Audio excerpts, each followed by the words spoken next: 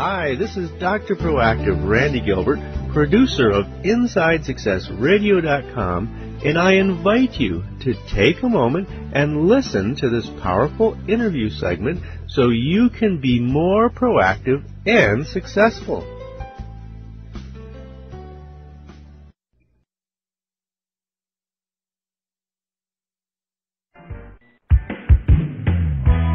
Let's return to the path to triumph with the Inside Success Show. And welcome back to the Inside Success Show. This is Randy Gilbert, and we're back sharing Inside Success secrets, tips, and strategies with Sandy Brewer. She's the author of Pursuit of Light, An Extraordinary Journey. And Sandy, what I would love, and I know that you've done some research, into the subject, obviously becoming quite an expert. Is there some kind of a percentage, maybe, of people that do feel like they're victims of the past? I think the thing about being a victim is not just connected to whether or not we're victims of our past, which we often are, but a lot of people continue being a victim of their now because of the way that they perceive a circumstance. They are victimized by a bank clerk who doesn't wait on them, or the person who's driving too slow in front of them. And I think that it's essential that we have this commitment. If we desire a life greater than our past, if we desire fulfillment and new adventures and to feel vibrant in life, that we have to commit to, I am not a victim of the world around me. I get to choose. I may have the right to say I'm a victim, but I need to exercise which rights are really going to be helpful to me. Yeah, I really think that the kind of thinking that helps us to be responsible for our own choices is really, really important. And sometimes having a painful past can really be a negative. And share with us your thoughts on about that. Does it have to limit a person? Well, I think it often does, because when one has had a painful past, it's easy to view everything that's going on from the point of view of that pain. And so that individual will become oversensitive or over-emotional or over-aggressive because they're viewing their current life based on the way they identified themselves from the past, or based on unresolved emotions from the past that they're going to act out today. So I think that it really is essential for everyone to understand that what happened to them is certainly not their fault.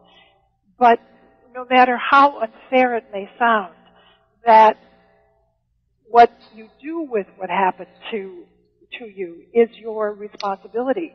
It may not be fair, but it is the only way that it's going to work.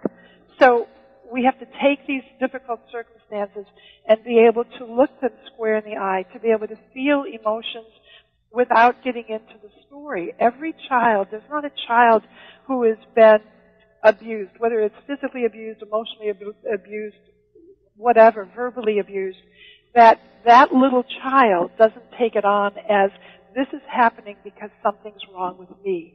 It doesn't occur to a 3-year-old that a 30-year-old doesn't have their act together. Yeah. Yep. They just start, then we get to be 30 and we go, oops, it didn't just happen like a miracle, you know?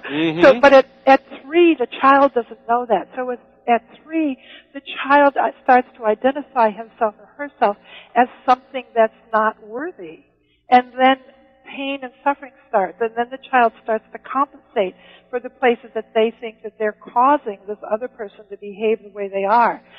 If we don't make adjustments in the way that we identify ourselves, if, like you said in the first segment, we don't start to like ourselves and actually fall a little bit in love with ourselves, if we don't start to change our mind about who we are, then we will spend our whole lives trying to keep bitterness and pain and suffering at bay, and we never will be fully successful at it.